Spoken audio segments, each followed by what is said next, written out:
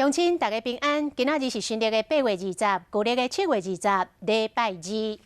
新北市3支一栋透天厝火烧厝，当时一对40外岁兄弟伫咧厝内底，1楼的客厅着火了后，人伫1楼的小弟虽冲出去逃命，但是煞甲车库拍开，结果空气灌入去内底助火烧，造成可怕的烟筒的效应，规个烟顺着楼梯灌去伫2楼甲3楼。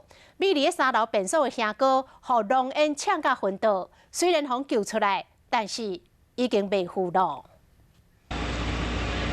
透天厝火烧厝，住户赶紧走出来，一直拜托消防人员，因为伊的阿兄还伫咧厝内无走出来。49岁查某人救出来时已经无气啊！这个做小弟的真着急对救护车去。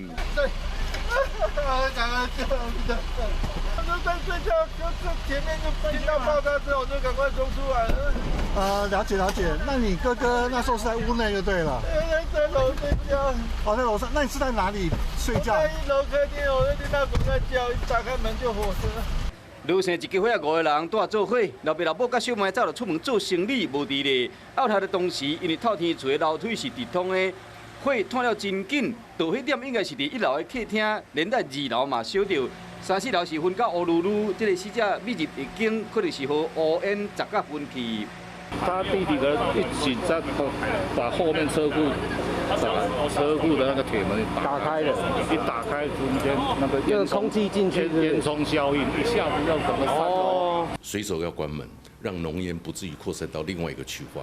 第二个呢，平常家里的装潢、装修材料务必使用耐燃或者是不燃材料。